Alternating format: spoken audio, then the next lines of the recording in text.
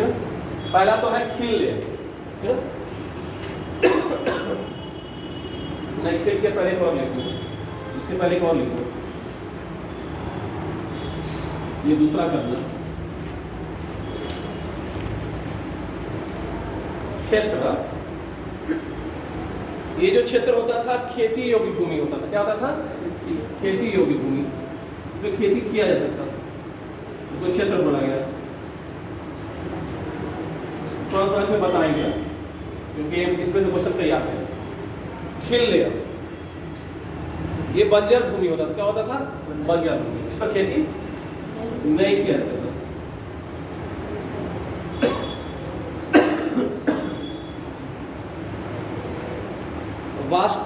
वास योग्य भूमि, वास यानी कि वास का मतलब क्या होता है? निवास, लग रहा है तो वास योग्य भूमि वास्तु कहलाता था।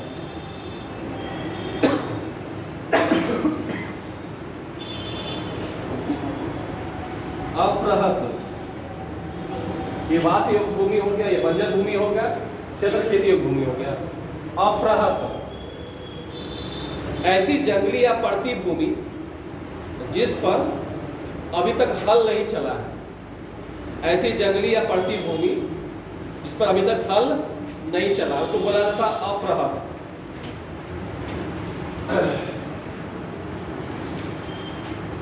ये बहुत इंपॉर्टेंट है, ये दोनों। ब्रह्मदेव और अग्रहार दोनों ध्यान रखिएगा, ये सभी ध्यान रखना ही है। ब्रह्मदेव, ब्राह्मणों को दान में दी गई भूमि, तो ब्रह्मदेव भूमि कहलाती है। ब्राह्मणों को दान में दी गई भूमि ब्रह्मदेव भूमि कहलाती है।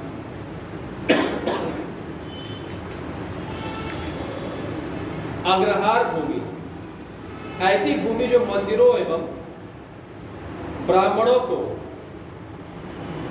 ऐसी भूमि जो मंदिरों एवं ब्राह्मणों को शैक्षणिक एवं, ऐसी भूमि जो मंदिरों एवं ब्राह्मणों को शैक्षणिक एवं धार्मिक कार्य हेतु दान में दी जाती थी। धार्मिक कार्य हेतु दान में दी जाती थी।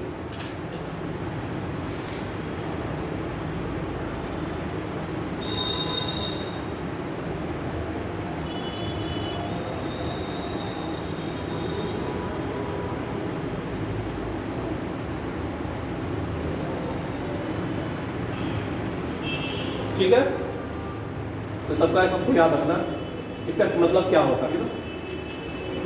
कभी कभी पूछ लेता है कि खिल से क्या तात्पर्य है, तो बंजर भूमि, खेती योग्य भूमि, फिर पड़ती भूमि, ऐसे करके तो उसको ध्यान में रखना।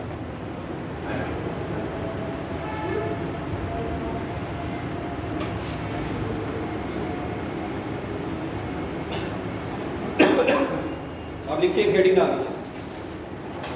इस काल में भूमि कर को निम्नलिखित नामों से जाना जाता था। भूमि कर को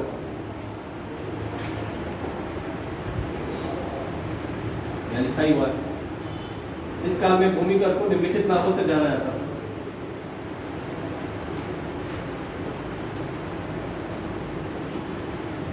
पहला भाग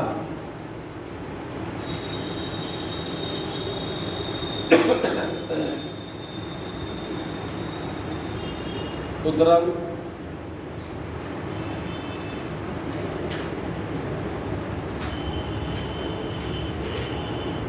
ऊपरी कर,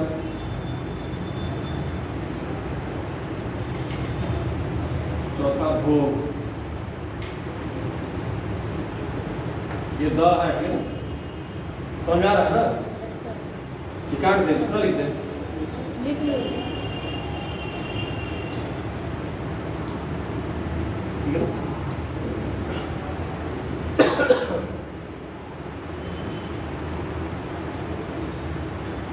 भाग सब लोग समझ रहे हो, तो भाग का मतलब कि जो टैक्स लिया जाता था, तो मौर्य काल में कितना लिया जाता था टैक्स?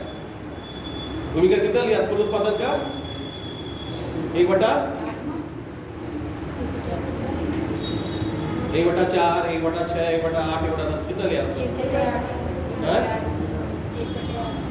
1/6 लिया था ना। 1/8 तो कहाँ पर अशोक ले रहे हैं? लंबी मन में ले रहे हैं ना, बताया था। तो उस समय में भी 1/6, अभी भी 1/6 लिया जा रहा है। तो ये भाग कर क्या है, जो लिया जा रहा है कर के रूप में 1/6, वही भाग कर है, ठीक है।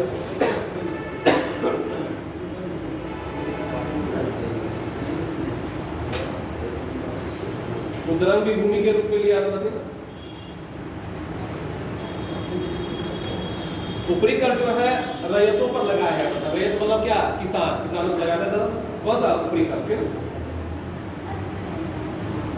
जो भूमि के स्वामी नहीं होते तो उसको लगाया जाता ऊपरी कर। फिर भोग था फल फूल सब्जी आदि, इसको भोग बोला जाता, यानी कि किस रूप में देना, तो फल फूल सब्जी के रूप में देना, तो ये भोग हो गया। ये रैयतों पर लगाया जाता था। ये भी भूमि का एक भाग था, और ये 1/6 लिया जाता था कुल उत्पादन का, ठीक है ना। ये भूमि कर के सब नाम है अलग अलग, तो ध्यान रखिएगा। इस समय भूमि कर अनाज एवं नगद दोनों रूप में लिया जाता था। नगद भूमि कर को हिरण्य, ठीक है ना, यानी कि नगद जो भूमि कर लिया जाता था उसको बोला जाता था हिरण्य, याद रखना है, ठीक है ना। जो नगद रूप में भूमि कर लिया था उसको क्या बोला जाता था, हिरण्य। जो अनाज के रूप में लिया था उसको बोला जाता था मेघ, जो अनाज के रूप में लिया था उसको बोला जाता था मेघ, ठीक है।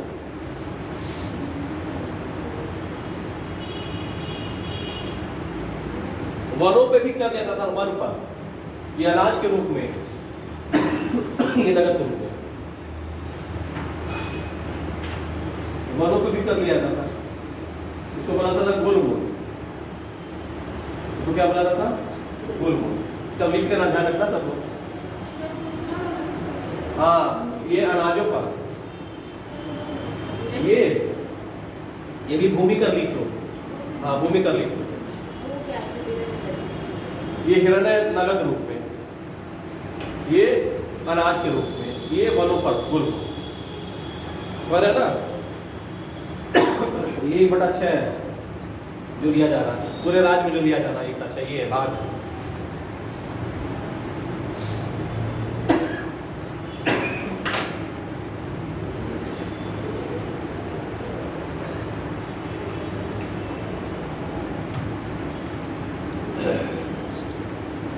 बस ये हो गया।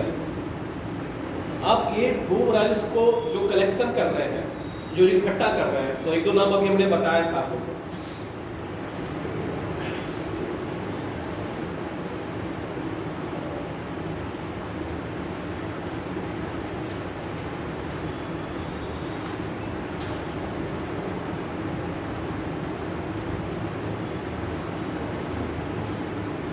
ये 3 अधिकारी होते हैं, इन दोनों को तो बता ही दिया, ये राजस्व का और ये लेखा जोखा का। इसका लिख लो सब। भूमि के अभिलेख रखने वाला, कर्णिक, भूमि का अभिलेख रखने वाला,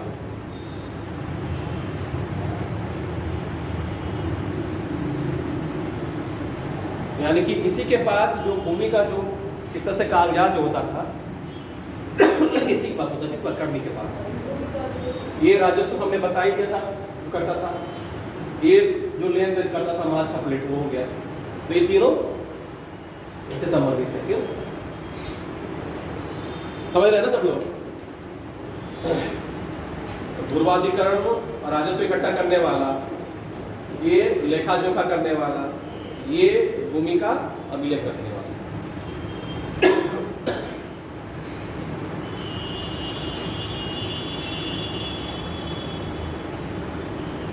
हेडिंग डाल,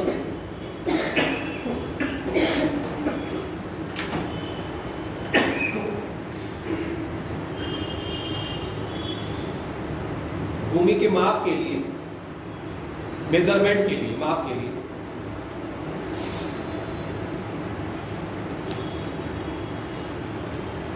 निम्न 4 शब्दों का प्रचलन था।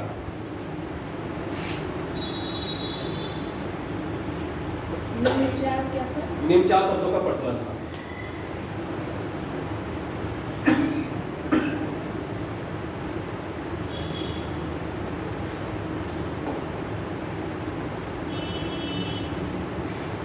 निवर्तन है, तुल्यवाप है, ऋणवाप है और आड़वाप है।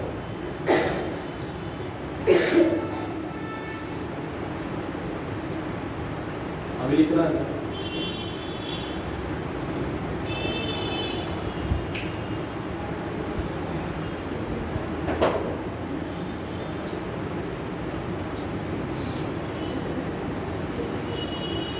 क्वेश्चन कैसे आता है ये बता देंगे।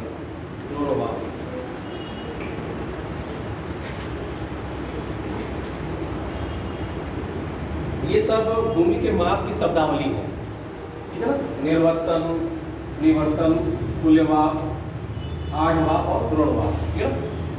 क्वेश्चन आया निम्नलिखित में से कौन सा भूमि के माप से संबंधित नहीं है। 3 तो ये होगा, एक हो जाएगा हिरण्य, तो कौन सा नहीं है? हिरण्य। यानी कि भूमि का माप अगर पूछेगा, कर पूछेगा तो ये सब कर है, थोड़ा समझ रहे हैं। ये सब कर का रूप सब अलग अलग। नगद है तो उसको हिरण बोला जा रहा है, अनाज में तो में बोला जा रहा है, वनों से लिया जा रहा है तो वो गुल बोला जा रहा है।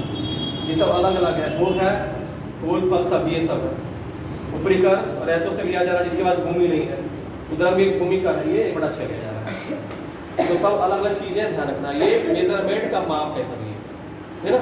ये अलग चीजें हैं, मेजर किया जाता कि जैसे हम लोग मापते हैं ना कि कितना है, ये सब को मेजरमेंट का ये सब शब्दावली है।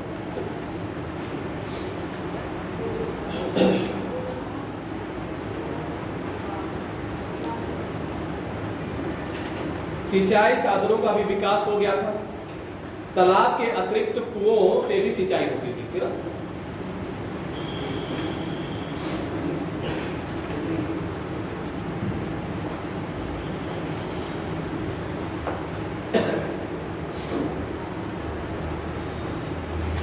अब लिखना नहीं, बस इसको इंपॉर्टेंट है, इसको लिखा दिया। अब सब लिखिए, ये इकट्ठे हो सकता नहीं मिलता तुम लोग को ये सब चीजें, तो हमने इसको जानबूझकर करा दिया। अब मत लिखना। अब व्यापार वाणिज्य, ठीक है ना, इसी में अर्थव्यवस्था में ही व्यापार वाणिज्य सब लोग जानते हैं, बार बार लोग पढ़ रहे हैं, मौर्य काल से ही पढ़ रहे हैं, ठीक है ना। वही सब आपके बंदरगाह होंगे, वही रास्ता होगा भूमि वाला, ठीक है ना। बंदरगाह आपको तो पता है, ईस्ट कोस्ट होगा और एक आपका वेस्ट कोस्ट होगा, पश्चिमी तट और पूर्वी तट होगा, ध्यान में रखना है। अब इस काल में इधर वाले देशों से भी व्यापार वाणिज्य बढ़ गया। तो कौन सा देश है? कल हम लोगों ने चर्चा किया था, दक्षिण पूर्व एशिया कौन सा है? दक्षिण पूर्व एशिया वाले देश इनसे शुरू हो जाता है इस काल में, बड़े पैमाने पर, गुप्त काल में आता है, ठीक है ना। तो ध्यान रखना, इसी में कुछ पॉइंट बता रहे हैं, उसी को सुन लेना। गुप्त काल के आरंभ में वाणिज्य व्यापार की अच्छी स्थिति थी, आरंभ में, क्योंकि एक बड़े भूभाग पर गुप्त शासकों का अधिकार था।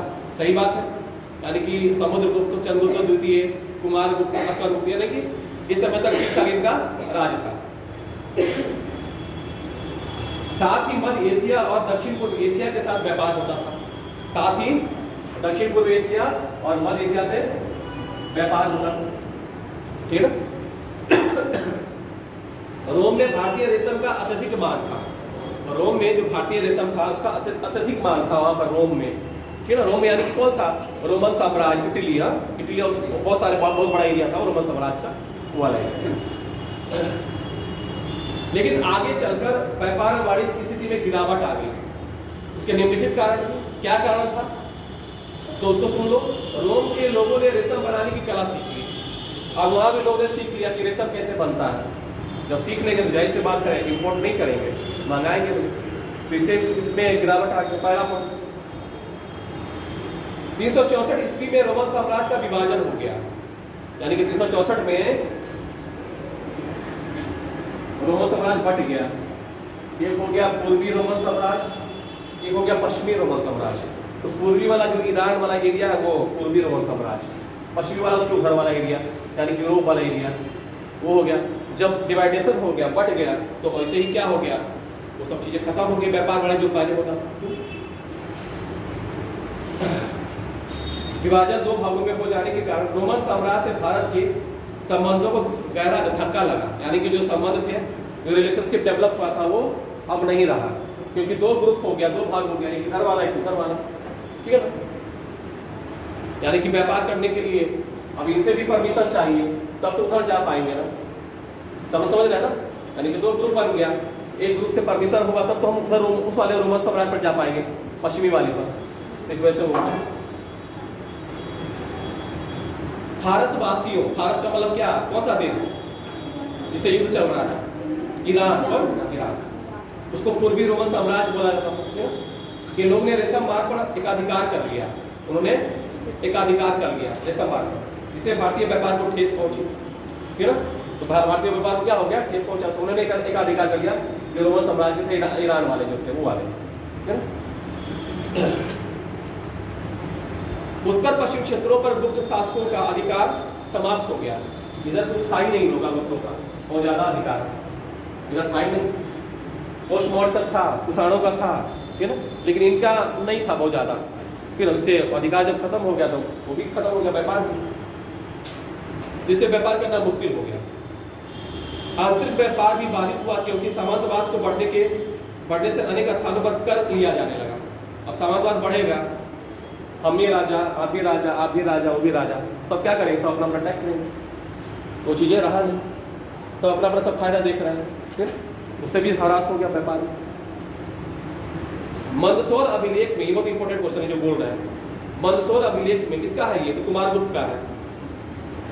उल्लेख मिलता है कि तंतुवाय का मतलब रेशम बुनकर, यानी कि अब रेशम का कोई बहुत ज़्यादा डिमांड रहा नहीं, तो वो लोग क्या किए कि जिस जगह पर रहते थे उस जगह को छोड़कर दूसरे जगह आ गया, दूसरे व्यापार करने लगे, उसने छोड़ दिया, क्योंकि उसमें प्रॉफिट ही नहीं रहा, लाभ ही नहीं रहा, वही बताया जा रहा है। तो मंदसौर अभिलेख में उल्लेख मिलता है कि तंतुवाय रेशम बुनकर भी एक श्रेणी व्यापारियों का संगठन ने रेशम बुनने का काम छोड़ दिया और अपने मूल स्थान कहाँ पर था, ये गुजरात का लाट था, ये पर लाट एक जगह है यहाँ पर था, इसको छोड़ देते हैं और मध्य प्रदेश में आ जाते हैं, ठीक है ना। छोड़कर मालवा में जगह था दशपुर, वहां पर आ जाते हैं और अन्य कार्य को अपना लेते हैं, यानी कि रेशम बुनने के काम ये लोग छोड़ देते हैं। तो किससे पता चलता है, तो मंदसौर अभिलेख से पता चलता है, इसको ध्यान में रखिएगा सर। लेकिन गुप्त काल में चीन तथा दक्षिण पूर्व एशिया, श्रीलंका, जावा, सुमात्रा देशों के व्यापार में क्या हो गया, वृद्धि हो गया, यानी कि इधर तो खत्म हो गया, इधर बहुत ज्यादा रहा नहीं, लेकिन इधर से रहा, और किससे रहा, चाइना से रहा, इससे शुरुआत हो गया, तो एक फायदा मिल गया, यानी कि उधर खत्म हुआ तो इधर इनका शुरू हो गया, दक्षिण पूर्व एशिया के देशों के साथ और चाइना के साथ शुरुआत हो गया, तो ये इसमें याद रखना चाहिए।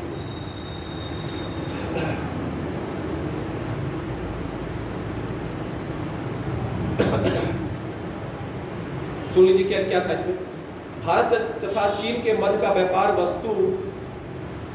वस्तुतः वस्तुओं की अदला बदली पर आधारित था, क्योंकि ना तो चीन के सिक्के भारत में मिलते थे और ना ही भारत के सिक्के चीन में मिलते हैं, तो वस्तुओं के आदान प्रदान पर होने लगा व्यापार, यानी कि सिक्के से नहीं हो, क्योंकि भाई सिक्का वहाँ अलग है, हमारे यहाँ सिक्का अलग, ठीक है, कोई इसका यूटिलाइज उतना ज़्यादा उस समय डेवलपमेंट भी नहीं था जैसे आजकल है कि हम लोग सब लोग रह जाकर, तो अपना कहीं भी जाया RBI के गए अपना उसको कन्वर्ट करा दिया भारत के, तो ऐसा कुछ था नहीं सब चीज़ें, तो आदान प्रदान वस्तु करते थे। त्रामलिप्ति कौन सा बंदरगाह बताइए आप लोग, वेस्ट में कि ईस्ट में, त्रामलिप्ति वेस्ट की ईस्ट में, इधर की इधर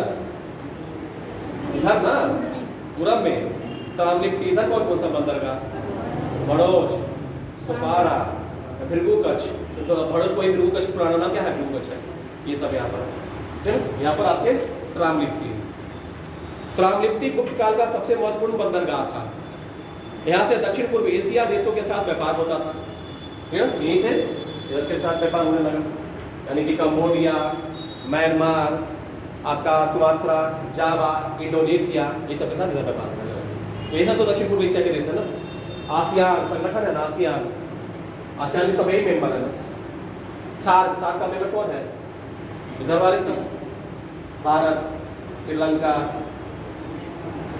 नेपाल, ठीक है ना, भूटान, बांग्लादेश, पाकिस्तान, अफगानिस्तान, ये सब तो है ना, ठीक है ना। तो ये सार्क हो गया, तो ये ऑर्गेनाइजेशन भी आप लोग को याद रखना, मतलब अलग टॉपिक होगा, करंट अफेयर्स का वो चाहे STD GK का जो पार्ट है उसमें, कि किसका स्थापना हुआ, कहाँ पर हेडक्वार्टर है।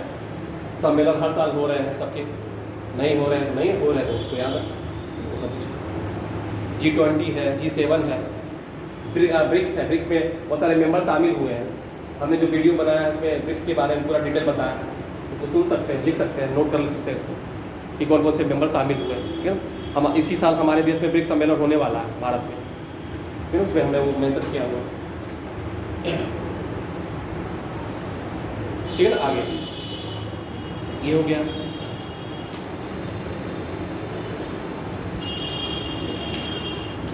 अब सिक्के कर लेते हैं, गुप्तकाल के सिक्के। सिक्के से क्वेश्चन बहुत आता है। इसी में अर्थव्यवस्था में सिक्का होगा। अर्थव्यवस्था में सब कुछ, यानी कि कृषि, पशुपालन, व्यापार वाणिज्य, सिक्का, कर और जितने सब कुछ अर्थव्यवस्था।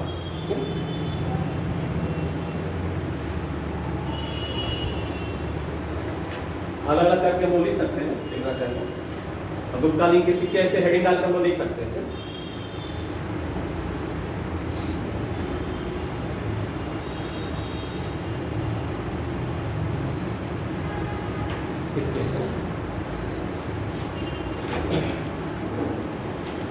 गुप्त शासकों ने सोने, चांदी व तांबे के सिक्के जारी किए थे। सोने का भी जारी किया, गोल्ड का भी किया, चांदी का भी किया, सिल्वर का भी किया और तांबे का भी किया, कॉपर का भी किया। सबसे अधिक सब सोने के सिक्के। हाँ, अगर क्वेश्चन आ जाए कि सबसे ज्यादा सोने के सिक्के किसने जारी किए, तो गुप्तों ने जारी किए। लेकिन सबसे ज्यादा शुद्ध सिक्के किसने जारी किए, तो कुषाणों ने जारी किए। ठीक है ना, शुद्ध में आएगा तो कुषाण लगाना है, ऐसे आएगा। इनके सिक्कों में शुद्धता नहीं थी, मिलावट ज़्यादा था, क्योंकि जब शुरू के शासक हुए उनके सिक्के तो ठीक रहे, लेकिन जो बाद के जो शासक आए उनके सिक्के में मिलावट ज़्यादा आने लगे। तो बड़े पैमाने पर इन्होंने जारी तो किया सिक्के सोने के, लेकिन उसमें शुद्धता नहीं मिलती है, जबकि कुषाणों ने शुद्धता ज़्यादा मिलती है। तो ध्यान रखना, ठीक है ना, दोनों क्वेश्चन आता है। भारतीय मुद्रा इतिहास में सर्वाधिक स्वर्ण सिक्के जारी करने वाला गुप्त शासक ही थे। अभी बताया इन्होंने, हमने बताया। गुप्तकालीन सिक्कों का सबसे बड़ा भंडार बयाना भरतपुर से प्राप्त हुआ। ये याद रखना, कहाँ से प्राप्त हुआ है? बयाना एक जगह है भरतपुर में, यानी कि राजस्थान में, वहीं से प्राप्त हुआ। सबसे ज्यादा भंडार यहीं से मिला गुप्तकाल के सिक्के का। कहाँ से? बयाना से। स्वर्ण सिक्के। हाँ, स्वर्ण सिक्के। हाँ, वैसे मेंशन नहीं है स्वर्ण सिक्के, ऐसे लिख लेना कि सिक्के का जो भंडार है। गुप्त शासकों के सिक्कों को प्रशस्ति मुद्रा भी कहा जाता है, क्योंकि सिक्कों पर शासक की महानता दर्शाने का प्रयास भी किया गया है। जाहिर सी बात उसमें किया गया, कोई लोग अश्वमेध यज्ञ कर रहे हैं तो उस घोड़े के सिक्के जारी कर दिए, घोड़े बना हुआ। तो किसके सिक्के मिले थे बताइए, किसके मिले थे सिक्कों पर घोड़े बने हुए थे? तो पता चला कि उन्होंने अश्वमेध यज्ञ किया था। दो ही लोगों का मिलता है, एक समुद्रगुप्त का और एक कुमारगुप्त का। तो समुद्रगुप्त का मिलता है शुरू में, उसी से पता चलता है कि इन्होंने अश्वमेध यज्ञ किया था।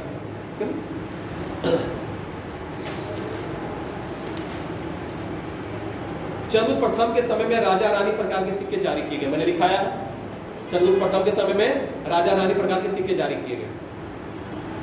गुप्त शासकों के स्वर्ण सिक्कों से तत्कालीन समय की कला एवं संस्कृति के साथ साथ व्यापार की स्थिति का भी पता चलता है। यानी कि गुप्त शासकों के स्वर्ण सिक्कों से तत्कालीन उस समय की कला संस्कृति के साथ साथ व्यापार की स्थिति का भी पता चलता है। ये ध्यान में रखना। अब गुप्तकालीन स्वर्ण सिक्के को दिनार कहा जाता। क्या कहा जाता था?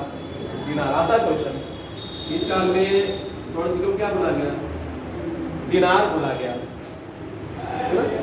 चांदी के सिक्के को रुपया दिया और रूपक बोला गया। रुपया क्या? रूपक बोला गया ना। तो इसको सारी साइड में लिख लेना सब। चांदी के सिक्के को रुपये का रूपक बोला गया।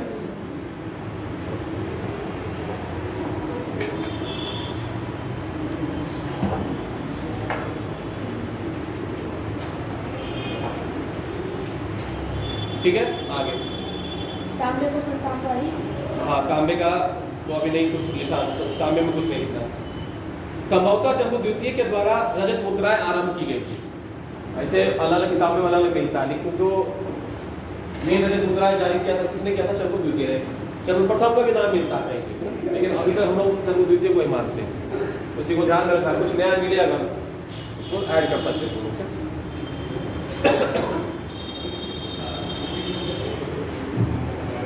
हाँ, तांबे के सिक्के भी कहा जाते थे क्या?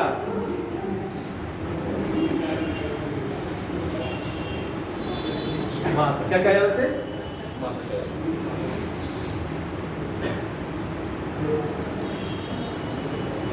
समान लेन देन में इसी का प्रयोग ज्यादा होता था, किसका? तांबे। और फायर किसका चर्चा करता है कि लेन देन कैसे होता था, किसके माध्यम से? फायर कैसे चर्चा करता है? कौड़ियों के माध्यम से, वो ध्यान रखना। तो पूछा जाएगा कि फायर किससे कहता है कि लेन देन होता था, तो कौड़ियों के माध्यम से लेन देन होता था। कौड़ी ऐसे कह सकते हैं कि जैसे सिक्कों का रूप है, मतलब सिक्कों का नहीं कहेंगे, तो वो जैसे कि कुछ बना होता था इसे, उसी को लेन देन करके अपना वो कौड़ी बोलता था।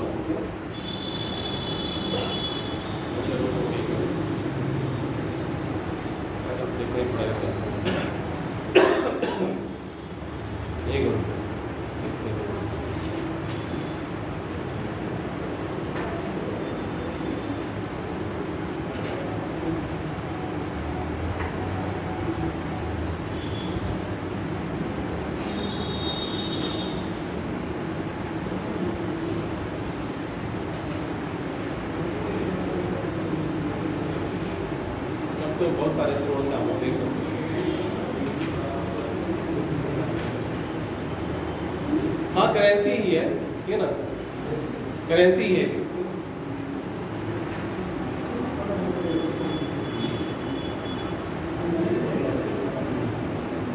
छोटा मुद्रा होता था, ठीक है, उसी को कौड़ी बोला गया।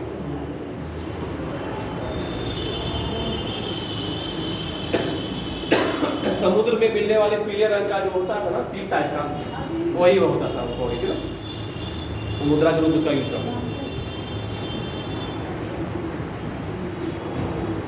बस स्थानीय स्तर पर जो लेन देन होता था किसके माध्यम से? वस्तु विनिमय के माध्यम से, ठीक है ना। स्थानीय स्तर पर जो लेन देन होता था वस्तु विनिमय के माध्यम से। वस्तु विनिमय सब जानते हैं क्या? वो होता था स्थानीय स्तर पर, वो तो काफी समय तक होता रहा गांव में। जब हम लोग छोटे थे तब भी होता था, आप लोग तो छोटे नहीं होता था, लेकिन जब हम लोग छोटे थे तो जब गांव जाते थे तो लोग गेहूं के बदले चावल ले लेते थे, या चावल के बदले कुछ और ले, ऐसे करते थे। कभी कभी हम लोग भी जाते थे तो वो देखा जाता था कि ले रहे हैं, खैर बाद में वो चीज़ खत्म हो गई। आप लोग के समय मेरे ख्याल से नहीं होगा, हम लोग के समय था। आप लोग तो मॉडर्न एज के साथ है। हाँ, कहीं कहीं जो बहुत इंटीरियर पिछड़ा जो गांव होगा ना, उसमें हो सकता है, लेकिन अब तो हर गांव डेवलप हो गया। हाँ, ऐसे ठीक है। हाँ, वो तो हो जाता है ना, गेहूं बेच के पैसा, ऐसे तो हो जाता है। जैसे कि आप कह रहे हैं कि गेहूं दिया उसके बदले कुछ वस्तु ले लिया, हाँ, वो इस तरह से करते हैं। उसे मात्रा भाई एक अनुमान लगा कि भाई कम देंगे चाहे ज़्यादा देंगे, जो करते हैं। ये खत्म हो गया आप लोगों का अर्थव्यवस्था, ठीक है ना। आप कर लो समाज, जल्दी से समझ में आ रहा है सब को? कुछ चीज़ें नहीं है, बस अपने समाज, अपने आर्थिक जीवन से इसको जोड़ लो, तो समाज में अपने धर्म से जोड़ लो तो धर्म हो जाएगा। उस समय थोड़ा सा चीज़ें अलग थी, अब थोड़ा सा डेवलप चीज़ें करते हैं। अभी तो बाबा लोग हैं ना, है कि नहीं? अभी सब बहुत सारे बाबा लोग, अभी मुक्तेश्वरानंद है, मामला चल रहा है, देख ही रहे हो, ठीक है ना। उस समय भी अभी भी, लेकिन अब स्वरूप बदल गया, उसका तरीका बदल गया। अब तो ढोंगी बाबा ज़्यादा लोग, बाबा रामपाल, राम रहीम जेल में, है ना, आसाराम बापू होली खेलते थे, एक राधे माँ भी थी, सब है बाबा सब। लेकिन फिर भी इतने पढ़े लिखे होने के बावजूद हमारे गार्जियन या हम लोग भी इन बाबाओं के चक्कर में पड़ जाते हैं अभी भी। और आसाराम बाबू जेल में है, आरोप लगा हुआ है, लेकिन अभी भी लोगों के फॉलोवर्स हैं कि नहीं बाबा तो बहुत अच्छे हैं। तो राम नहीं है, वो भी वैसे ही चीज़। वो तो मूवी बना लिया था राम नहीं, तो देखा ही होगा मतलब मूवी देखा नहीं होगा कि देखा होगी मूवी, कौन उसका मूवी देखे वो जो मूवी है, तो सब चीज़ें। तो ऐसे ही पहले सब चीज़ें था। हाँ, पहले ये था कि भाई वो लोग जो बातें बोलते थे वो समाज के लिए, देश के लिए होता था बहुत सारा, और उस अपने फायदे के लिए। अभी कहानी और बताएंगे जल्दी बन गए, फिर अपना एक स्टोरी हम बताएंगे। मतलब मेरे साथ के एक लड़की थी, वो भी बन गई है, हम बताएंगे। तो पहले पढ़ लो फिर बताते हैं।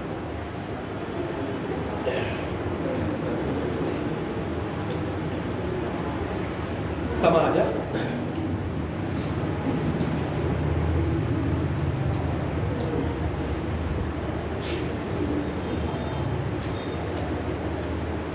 मेरे साथ दिल्ली में लोग तैयारी करते थे, अब वो बन गई है, पुजारी बन गई, और इतने सारे गिफ्ट मिल गए, कार मिल गया, सब मिल गया।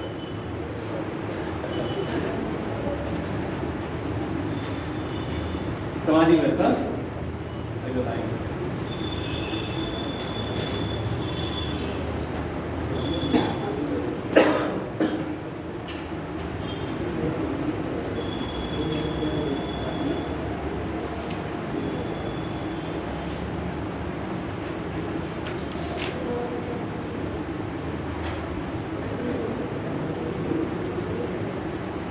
समाज सेम जो अभी समाज है उससे थोड़ा सा अलग था, ठीक है? कैसे अलग था वो बता दूं। गुप्तकालीन समाज से वर्तमान भारतीय समाज का आधार निर्मित हुआ, यानी कि जो वर्तमान हमारा समाज है उसी से आधार निर्मित हुआ गुप्तकाल के समाज से। समाज इस समय भी 4 वर्णों में विभाजित था, सबको पता है, ब्राह्मण, क्षत्रिय, वैश्य और शूद्र। ये हमेशा से चला आ रहा। चारों वर्णों की सामाजिक स्थिति में विभेद था, अंतर था चारों में, पता है सब लोग को। वरामिहिर के अनुसार ब्राह्मण के घर में 5 कमरे, क्षत्रिय के घर में 4 कमरे, वैश्य के घर में 3 कमरे और शूद्र के घर में 2 कमरे होने चाहिए। यानी कि विभेद है, ब्राह्मण है तो सर्वे सर्वा तो 5, क्षत्रिय तो 4, वैश्य तो 3 और शूद्र तो 2 कमरे होने चाहिए। ये उस समय के जो आपके टीकाकार हैं, जो विद्वान उन्होंने लिख रहे हैं, है ना। ब्राह्मणों का मुख्य कार्य धार्मिक था, परंतु वे अन्य प्रकार का पेशा भी अपना सकते थे, है ना, अपनाने लगे थे। उदाहरण के लिए मृच्छकटिकम का नायक चारुदत्त, एक मृच्छकटिकम किताब है, आगे बताएंगे।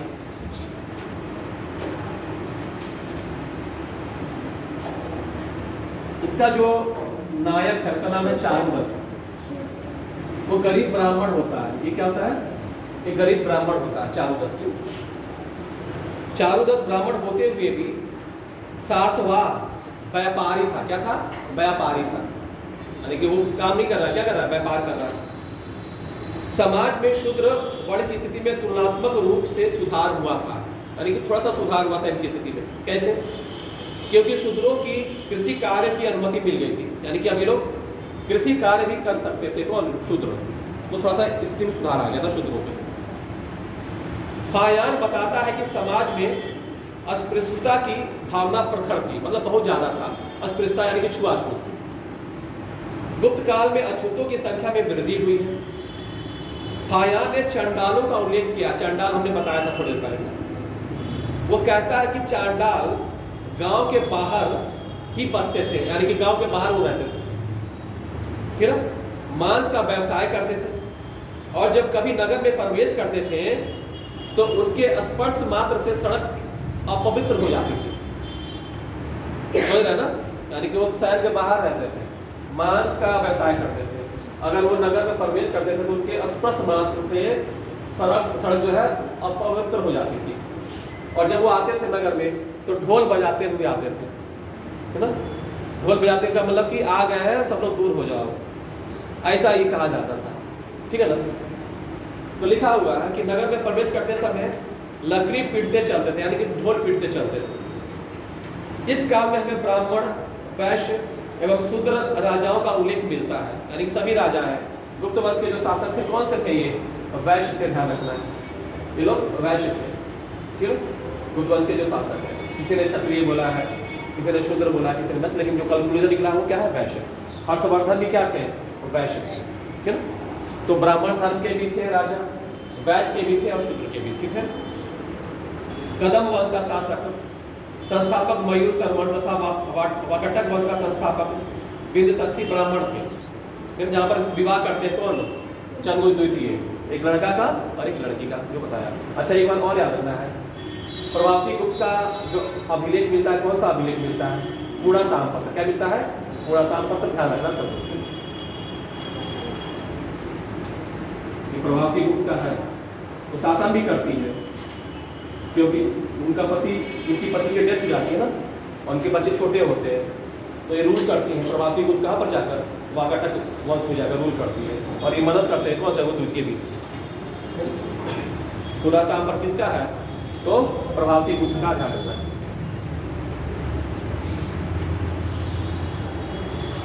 वेदस्वांग के अनुसार सिंध व मित्रपुर के राजा शूद्र थे।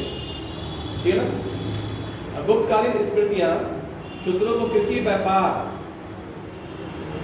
एवं सेना में भर्ती होने का अधिकार देते हैं। ठीक है, जो स्मृतियां हैं, नारद ये सब जो है आपके या वल्लभ हैं, मनु, ये सब देते हैं लोगों को, ये लोग कर सकते हैं। गुप्त काल में कायस्थ का उल्लेख एक वर्ग के रूप में मिलता है। कायस्थ कुछ लोग जानते हैं, कुछ लोग नहीं जानते, है ना। कायस्थ का उल्लेख एक वर्ग के रूप में मिलता है।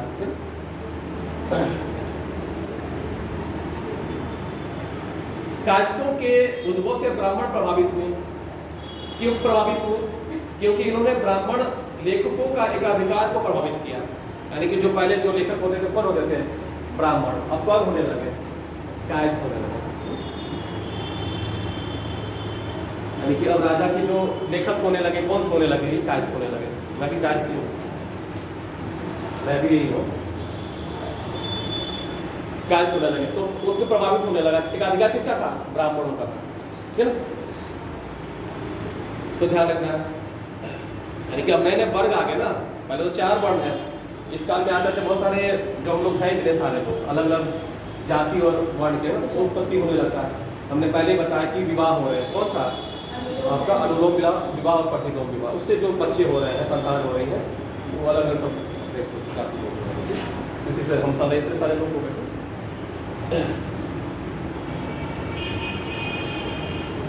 आगे कायस्थों का उल्लेख मुद्रा राक्षस नाटक में भी हम लोग को मिलता है।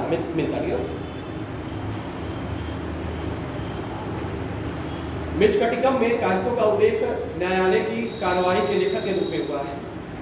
खैर, ये इतना सारे पॉइंट्स हो गए। भारत में दास प्रथा ऋग्वेद काल से ही चली आ रही थी। दास प्रथा कब से चली आ रही थी? ऋग्वेद काल से।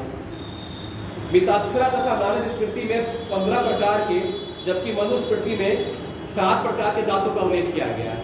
ठीक है ना, दास प्रथा कब से आ रहा है? चला आ रहा है आपके ऋग्वेद काल से, लेकिन वो धीरे धीरे वो चीज़ें हैं, जैसे कि मौर्य काल में भी था, लेकिन मेगस्थनीज क्या कहता है कि यहाँ पर दास प्रथा नहीं था, क्योंकि जो वहाँ पर था आपके यूनान में, वहाँ पर दासों को बहुत ज़्यादा एक्सप्लॉइटेशन किया जाता था, प्रताड़ित किया जाता था, शोषण किया जाता था। यहाँ पर उतना ज़्यादा उनको, तो वो देखता है तो कहता है यहाँ पर दास प्रथा है ही नहीं, कि दास को उस तरह मिसबिहेव नहीं किया था, व्यवहार अच्छा किया जाता था। जैसे वहाँ पर किया था, वहाँ पर मिसबिहेव किया जाता था, उनसे दुर्व्यवहार किया जाता था, यहाँ पर इस तरह का नहीं किया जाता।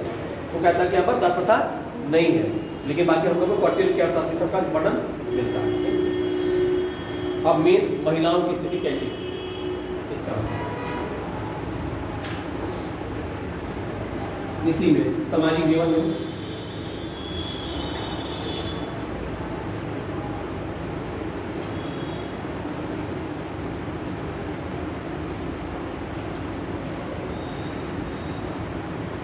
महिलाओं की स्थिति। अभी आप लोगों को पता ही चला थोड़ी देर पहले क्या था, बाल विवाह भी होता था, पर्दा प्रथा भी हो गया, बड़े बड़े ब्राह्मण विवाह को अनुमति नहीं थी, ये सब था। 12 से 13 वर्ष की आयु में विवाह कर दिया था।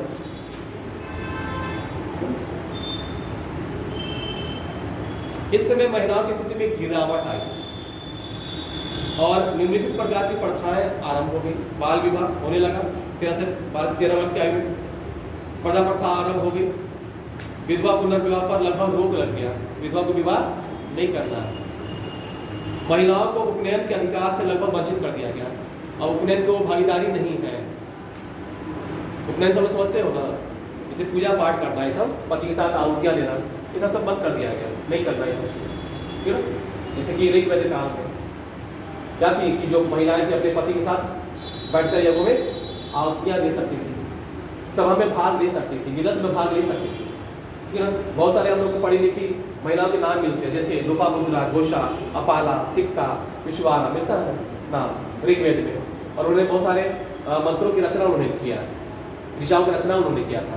फिर तो सबसे अच्छा समय था महिलाओं को वही वाला, कौन सा? ऋग्वेद काल वाला। बाकी डाउनफॉल शुरू हो जाता है, धीरे धीरे गिरावट आने लगती है उनके कंडीशन में। याद बोला कि स्मृति में लड़कियों के उपनयन एवं वेदा अध्ययन का निषेध किया गया। वेद यानी कि वेद पढ़ने का निषेध कर दिया गया, नहीं पढ़ना है। इस समय छुआछूत का तेजी से बढ़ावा मिला। प्रतिलोम विवाह से उत्पन्न संतान को अछूत माना जाने लगा। जो प्रतिलोम विवाह से जो उत्पन्न संतान होते थे उनको अछूत माना जाता था। इस समय समाज में वेश्यावृत्ति का प्रचलन था, वेश्यावृत्ति भी था इस समय। वात्स्यायन के काम सूत्र में गणिकाओं का उल्लेख मिलता है, गणिकाएं जो नृत्यांगना थी, उनका भी उल्लेख मिलता। समाज में देवदासी प्रथा का भी प्रचलन था। कालिदास के मेघदूत में उल्लेख मिलता है कि उज्जैन के महाकाल मंदिर में देवदासियां नृत्य किया करती थी। देवदासियां को ऐसे एक तरह से खर्च को त्याग देती थी और मंदिर में आकर अपना जीवन यापन करती थी, उन्हीं को देवदासी कहा जाता था। अपना जो भी समय मंदिर का जो काम है वो करती थी, लेकिन क्या होता था, शोषण भी होता था, ठीक है ना। तो वो सभी सब चीजें थी इस काम में। इस समय महिलाओं को उत्तराधिकार में संपत्ति का अधिकार कुछ हद तक प्राप्त हुआ था, ठीक है ना। इस समय स्त्री धन की संकल्पना भी का विकास हो गया था। विभिन्न स्मृतियों में दासों की मुक्ति का भी विधान प्रस्तुत किया गया। बस इतना है। और ये तो सबको पता है कि सती प्रथा, इससे पता चलता हम लोग, इसको रट लेना। और मॉडर्न काल में अगर हम लोग आधुनिक काल की बात करें तो सबको पता है कि 1829 में रेगुलेशन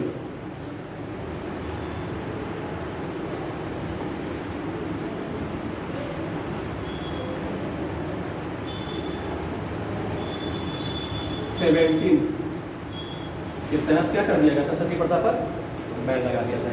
इसके प्रयास से राजा राम मोहन राय के प्रयास से गवर्नर जनरल विलियम बेंटिक, ध्यान रखना सर। बाल विवाह पर भी रोक लगाया गया, विधवाओं को अनुमति दिया गया, ये सब हुआ मॉडर्न एज में आकर के। अकबर ने, औरंगजेब ने लगाने का प्रयास किया था। औरंगजेब, अकबर ने तो सती प्रथा में किया था रोक लगाने का, उसने लगा दिया था, किसने? औरंगजेब ने। लेकिन मॉडर्न एज में आके तो जब एक बन जाता था तो पूरी तरह से बैठ जाता। क्लियर है ये सब बात।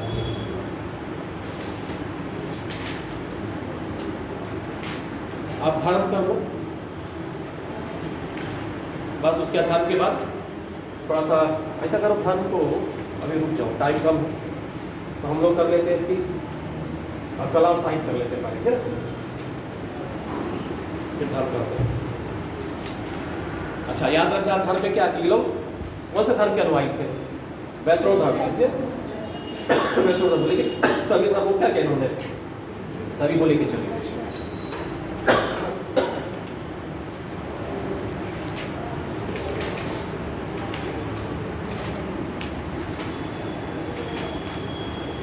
कला साहित्य देख लो, पहले साहित्य हम कर लेते हैं, लास्ट में कला।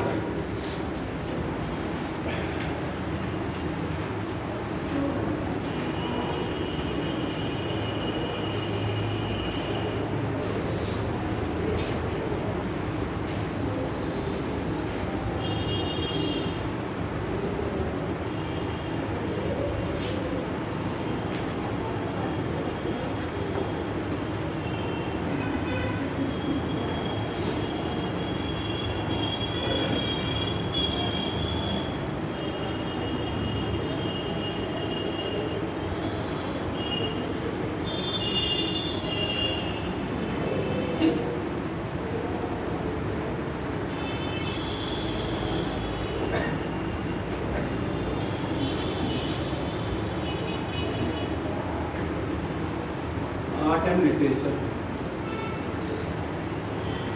गुप्त काल कला एवं साहित्य की दृष्टि से कौन सा काल माना था? स्वर्ण काल, गोल्डन एज माना था, ये ध्यान रखना है। इस काल में बहुत सारे साहित्य ग्रंथों की रचना हुई। इस समय जो सबसे मेन जो थे कौन थे? कालिदास।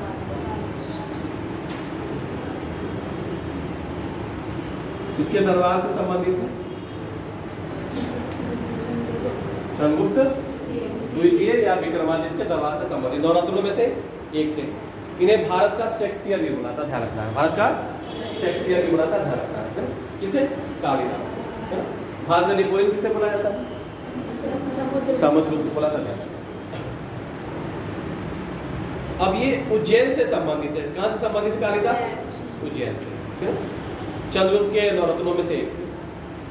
इन्होंने कई रचनाएं लिखा, जैसे इनका 2 महाकाव्य था, रघुवंशम और कुमार संभव। लिख लेना है अपना, सबको जल्दी हम बोल रहे हैं, या ध्यान रहेगा तो लिखिए, याद आगे बढ़ जाएगा। 2 खंड काव्य लिखा, मेघदूतम और ऋतु संहार, और 3 नाटक लिखा, मालविका अग्निमित्र, अभिज्ञान शाकुंतलम और विक्रमो वसीय, है ना। मालविका अग्निमित्र में सबको पता है क्या वर्णन किया गया है?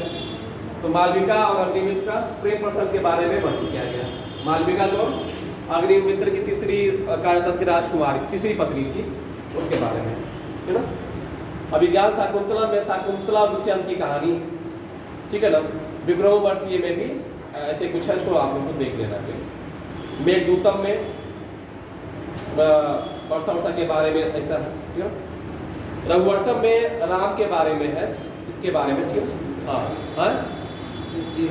राम के बारे में। कुमार संभव में शिव जी के बारे में मेंशन किया गया है, उनके पुत्र के बारे में वर्णन। ऋतु संग्राम में ऋतुओं के बारे में मेंशन किया गया, है ना।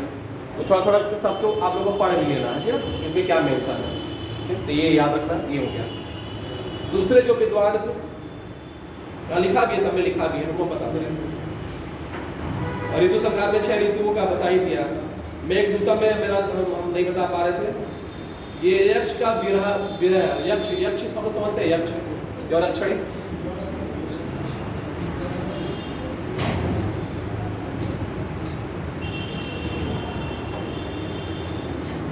ये पुरुष और ये महिला, एक तरह से ये देवता होते हैं, यानी कि जो कुबेर होता ना धर्म, उनके ये रक्षक है। कौन? यक्ष और यक्षणी। जो कुबेर होता ना धर्म, उनके ये रक्षक है। छोटे देव के रूप में इनको शामिल किया जाता है, ठीक है ना। तो इनके बारे में उसमें वर्णन किया गया, यक्ष के बारे में, विरह के बारे में। विरह का मतलब क्या अलग हो रहा है, उसके बारे में वर्णन, ठीक है। बस इसमें इतना ही, सब बता ही दिया बात। अमर सिंह ने क्या लिखा था? अमर कोश। अमर सिंह ने लिखा अमर कोश, ये था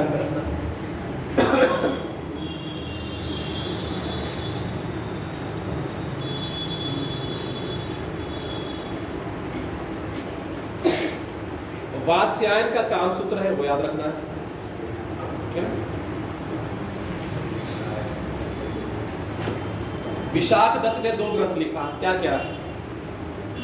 मुद्रा राक्षस और देवी चंद्रगुप्त।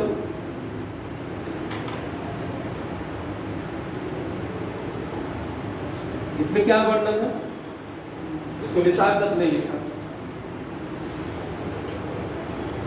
इसी में चंद्रगुप्त को क्या बोला गया? वृषल बोला गया है। और चंद्रगुप्त मौर्य के सभा का भी उल्लेख किया गया, किसमें? मुद्रा राक्षस में, ठीक है ना। इसमें तो आप लोगों को कल बताया था कि क्या वर्णन है देवी चंद्रगुप्त में। वही रामगुप्त और किसकी कहानी है? चंद्र द्वितीय की कहानी है, कि वो कैसे जाते हैं, अपने ध्रुवा देवी को बचा कर लाते हैं, उनसे विवाह करते हैं, सब इसी में वर्णन किया गया, ठीक है ना। क्लियर है? ये हो गया।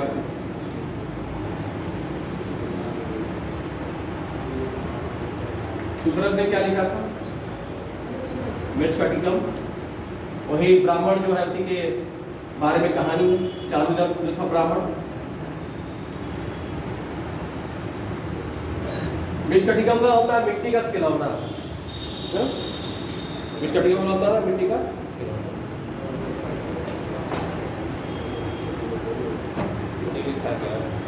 ठीक है, वो है, ये हो गया। एक थे दंडिन, कौन थे? दंडिन। इन्होंने लिखा 10 कुमार चरित्र, 10 कुमार चरित्र। और एक और लिखा है काव्य दर्श।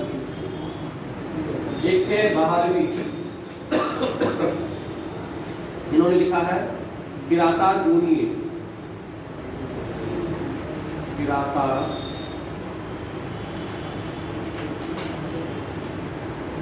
जूनिए, ठीक है ना? ये सब ग्रंथ याद रखना सब। इसी समय लिखा गया पंचतंत्र, किसने लिखा? विष्णुगुप्त ने। पंचतंत्र की जो कहानी,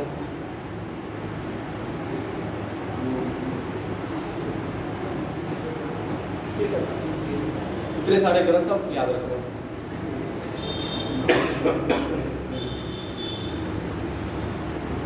बस यही सब है साहित्य में, ठीक है। अब कला कर लो सब, सबसे कला में मंदिर के बारे में, फिर हम लोग बाद में विज्ञान पर आ जाएंगे। अच्छा, इसमें एक चीज और याद रखना, अब गुप्त काल में ही षष्ठ दर्शन का विकास हुआ, इसको याद कर लेना सब, क्वेश्चन इससे बनता है। 6 दर्शन है, न्याय दर्शन, ठीक है ना, सांख्य दर्शन, योग दर्शन, वैशेषिक है, मीमांस है और उत्तर मीमांस है। तो न्याय दर्शन के कौन है गुरु? तो महर्षि गौतम, ठीक है ना। सांख्य दर्शन के कपिल मुनि है, योग के पतंजलि है, वैशेषिक के कर्ण ऋषि है, मीमांस के जैमिनी है, उत्तर मीमांस के बादरायण है, ठीक है ना। ये क्या लोग है ना, सब लोग इसको कर लेना, सच दर्शन लिख लेना, न्याय, ठीक है ना। आपका पहले लिख लो, सब लिखना तो लिख लो, एक बार तुम लोग कोशिश करना लिखने का। दर्शन का नाम लिख लो, न्याय, सांख्य, न्याय, सांख्य, योग,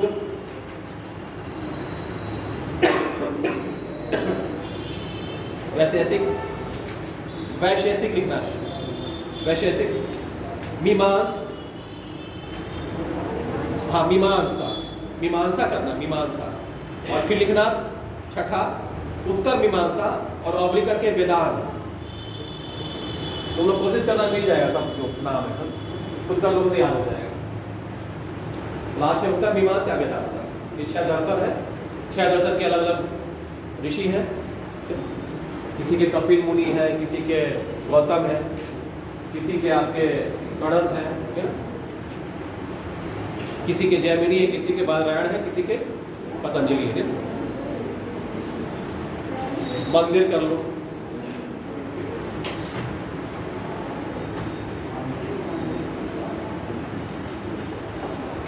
हमारे यहाँ भारत में कितनी मंदिर कला शैलियाँ हैं? 3 है, सबको पता है। उत्तर भारत में नागर शैली, मिडिल में देसर, और नीचे साउथ में द्रविड़ शैली। 3 शैलियाँ में मंदिर बनती है। इस काल में किस शैली में बनी है? नागर शैली में मंदिर बनी है।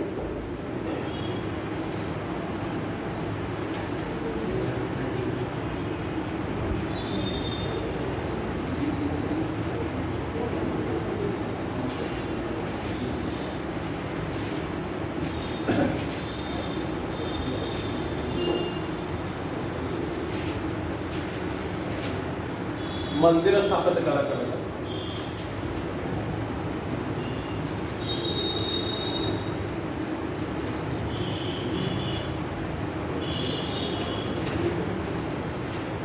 मान लो ये भारत है,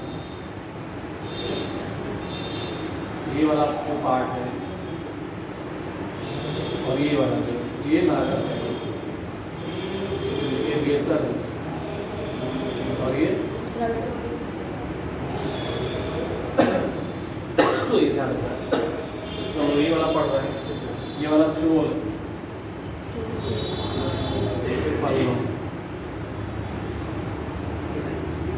क्लास को लगेगा तो उसमें हम कोशिश करेंगे बता दें इन दोनों के बारे में।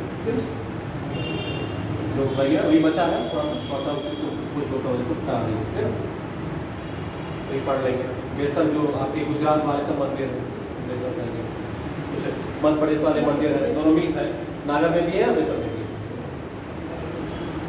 चलो सुन लो। गुप्त काल में मूर्ति पूजा के परिणाम स्वरूप मंदिर स्थापत्य कला का विकास हुआ। तो मूर्ति पूजा होने लगा तो मंदिर कला का क्या हो गया, विकास हो गया। और गुप्त काल में मंदिर निर्माण की नागर शैली, कौन शैली?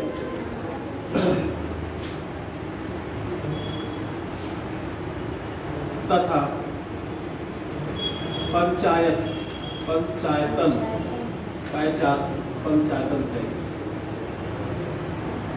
शैली का विकास हुआ। पंचायतन है ना,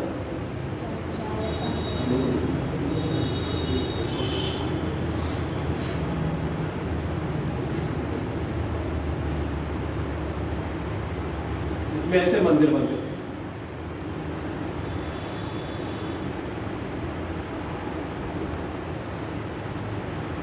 ऐसे बनता है, इसी को पंचायतन शैली बोला जाता है। ऐसे बनता है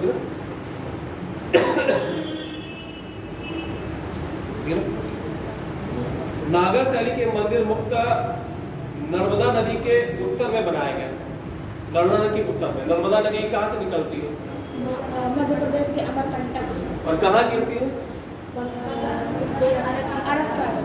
अरब सागर, है ना? तो नर्मदा नदी के जो उत्तर में जो है सब, वहाँ पर जो मंदिर बनेंगे कैसे बनेंगे? बाहर से बनेंगे। इस शैली के मंदिर वर्तमान भारत के गुजरात, राजस्थान, छत्तीसगढ़, उड़ीसा और नॉर्थ इंडिया में ये बनाए गए, है ना? यानी कि यूपी वाले एरिया। मंदिर का निर्माण एक चतुष्कोणीय चबूतरे पर होता था, एक चबूतरा होता था, इसी पर मंदिर बनता था।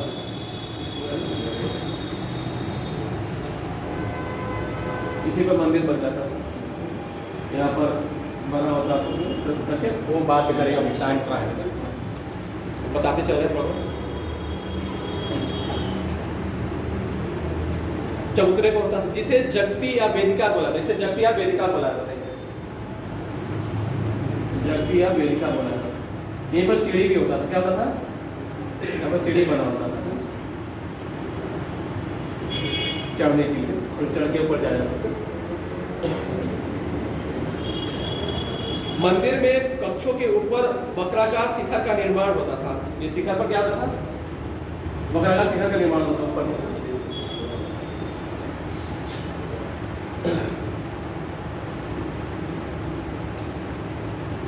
शिखर का निर्माण होता था। शिखर के ऊपर अम्लका एवं कलश स्थापित किया जाता था। ये क्या था? ये कलश था। क्या था? इसके ऊपर कलश होता था, बनाया जाता था। अम्लका या कलश भी इसको बोला जाता था। ठीक है, ऐसे देख लो, ठीक है ना? ये जो है कलश है, ये जगती है, ये सीढ़ी है, ये अलग अलग मंडप है। ये आपका एक मंडप ये, एक मंडप ये प्रदक्षिणा पक्ष है, यानी कि पथ है, यानी कि हम लोग क्या करते हैं, इसमें चक्कर लगाते हैं मंदिर की वाला पाठ दिया, प्रदक्षिणा पथ है। इस तरह से मंदिर बने होते हैं नागर शैली के। ये पंचायत शैली, पंचायतन शैली हुआ। इस तरह में मंदिर, यहाँ पर बीच में मंदिर रहेंगे और किनारे किनारे मंदिर सब रहेंगे, इसको पंचायतन शैली बोलते हैं। ठीक है?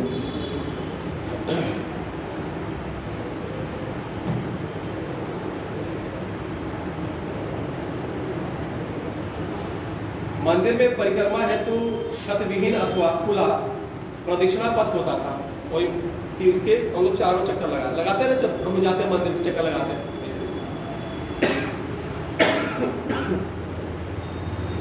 नागर शैली भारत के विस्तृत भूभाग में फैली हुई थी, अतः आगे चलकर क्षेत्र के अनुसार इसकी उपशैलियां विकसित हो गई, अलग अलग उपशैलियां भी विकसित हो गई।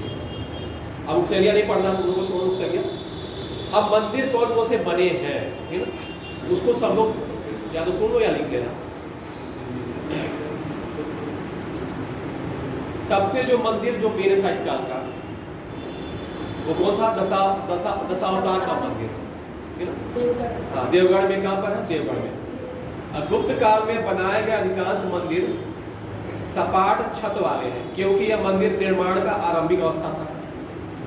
देवगढ़ का दशावतार मंदिर तत्कालीन समय का प्रथम शिखर युक्त मंदिर माना जाता है, जो कहाँ पर है? आपका झांसी में। कहाँ पर है? झांसी में, देवगढ़ के झांसी में।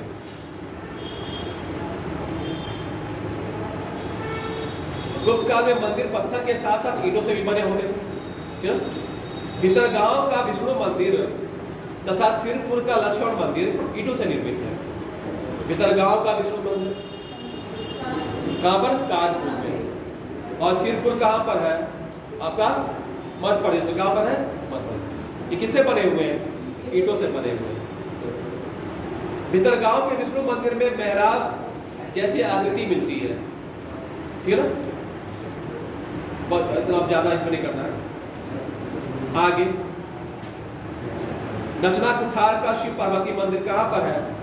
एमपी में। अब घोबरा का शिव मंदिर ये भी कहाँ पर है? एमपी में। तिगवा का विष्णु मंदिर कहाँ पर है? एमपी में। भीतरगांव का विष्णु मंदिर कहाँ पर है? कानपुर में। सिरपुर का मंदिर लक्ष्मण मंदिर रायपुर में है, छत्तीसगढ़ में। कहाँ पर है? रायपुर छत्तीसगढ़ में।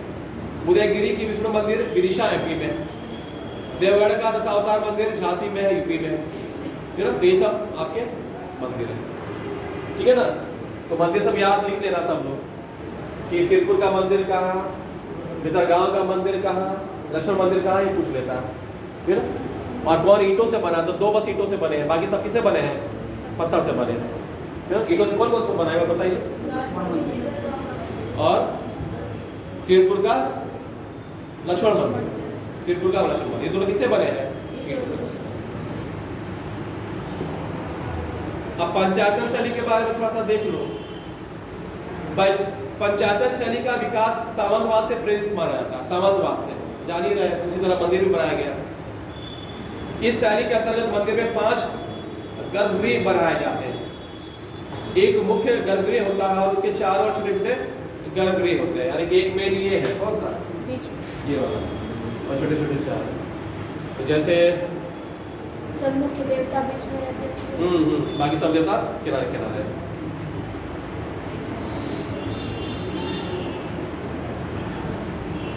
मुख्य गर्भगृह में मुख्य देवता, जबकि अन्य गर्भगृह में सहायक देवताओं की प्रतिमाएं स्थापित की जाती है।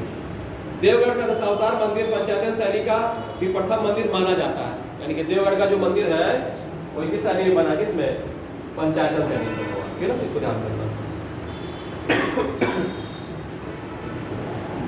इस शैली को आगे चलकर राजपूत काल में सर्वाधिक बढ़ावा मिला, क्योंकि राजपूत प्रशासनिक व्यवस्था का मुख्य आधार क्या था? सामंतवाद ही था। क्या था? सामंतवाद ही था। राजपूत वंश जो थे, आप लोग पढ़ोगे, कब जाकर पढ़े होंगे मिडवल के पहले जस्ट, ठीक है ना? पूर्व मध्य काल। पूर्व मध्य काल के में क्या मतलब? राजपूत काल। तो चौहान वंश, गढ़वाल वंश, चंदेल वंश, कलचुरी वंश, सब क्या थे? सब राजपूत। छोटे छोटे एरिया में सब शासन कर रहे हैं, सब अपने अपने अहम में रह रहे हैं कि मैं शक्तिशाली तो मैं शक्तिशाली। और इस समय क्या हो रहा है? आक्रमण हो रहा भारत के उत्तर पश्चिम से। किसका? तुर्कों का, गजनबी का और गोरी का। सब अपना अपना मुंह देख रहे हैं, कोई मदद नहीं कर रहा है ना? एक इकट्ठा हो जाता तो क्या हो जाता? वो हार जाते सब, है ना? सब सोच रहे हैं कि इसको हरा दे तो हमको फायदा हो, उसको हरा दो हमको फायदा हो जाएगा। तो इस समय ये ज़्यादा डेवलप हो गया आगे चलकर। किसमें? तो राजपूत काल में।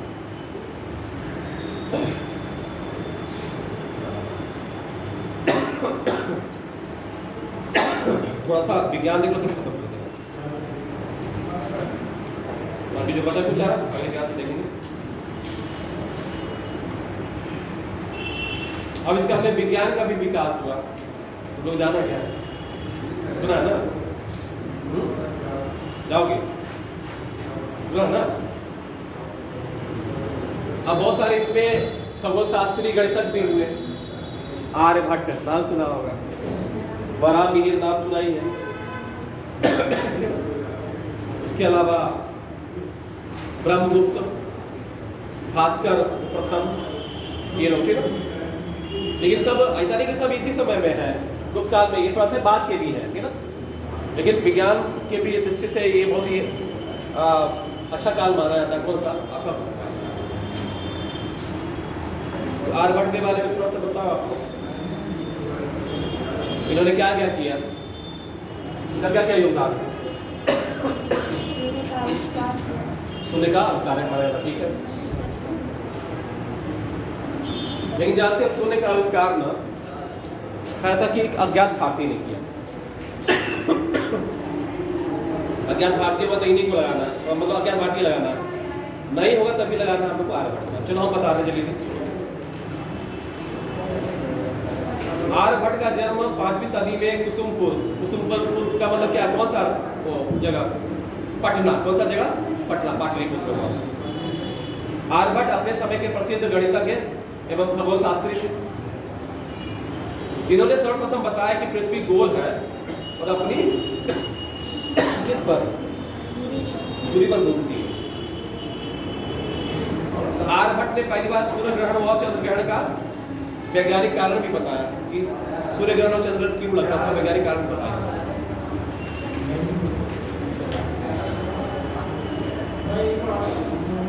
आर्यभट्ट ने सूर्य और पृथ्वी के बीच की दूरी का सटीक अनुमान भी लगाया। इन्हें सूर्य का आविष्कारक माना जाता है ना, माना जाता है ना। लेकिन अगर अज्ञात भारतीय हो तो अज्ञात भारतीय लगाना है। आर्यभट्ट ने पहली बार पाई का मान निकाला था।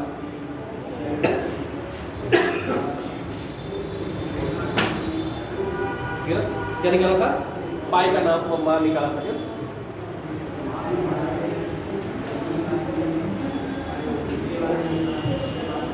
ग्रंथ लिखा था, कौन सा ग्रंथ?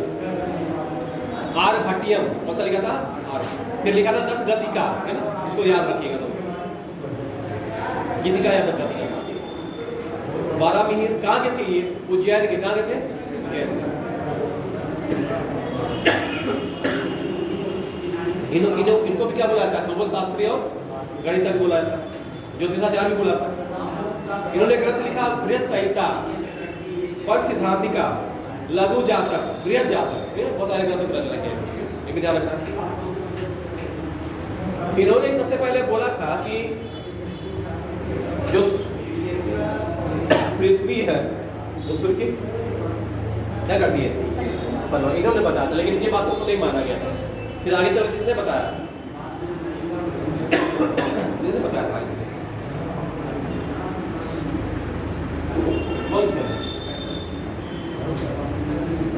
यही थे ना, ये बताते हैं, तब इनके बातों को